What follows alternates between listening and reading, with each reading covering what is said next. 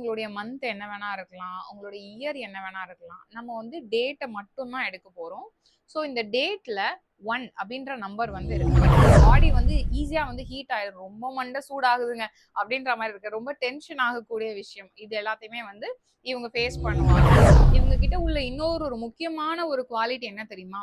ரொம்ப வந்து கண்ணியமானவங்களா இருப்பாங்க. நமக்கு வந்து இவங்க ஒரு ப்ராமிஸ் பண்ணி குடுத்தாங்க அப்படின்னா, அத வந்து கண்டிப்பா காப்பாத்துவாங்க. அதுக்கு அவங்களால எவ்ளோ தூரம் எக்ஸ்ட்ரீம் போக முடியுமோ பண்ணி, அவங்க குடுத்த வாக்க வந்து கண்டிப்பா காப்பாத்தணும் அப்படிங்கிறதுல வந்து அவ்ளோ ஒரு எஃபோர்ட் போடக்கூடியவங்களா இருப்பாங்க.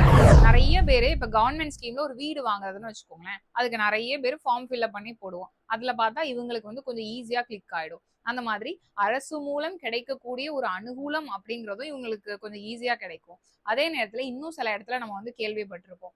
கவர்ன்மெண்ட்ல இருந்து அந்த லேண்ட கொஞ்சம் வாங்கிட்டாங்க.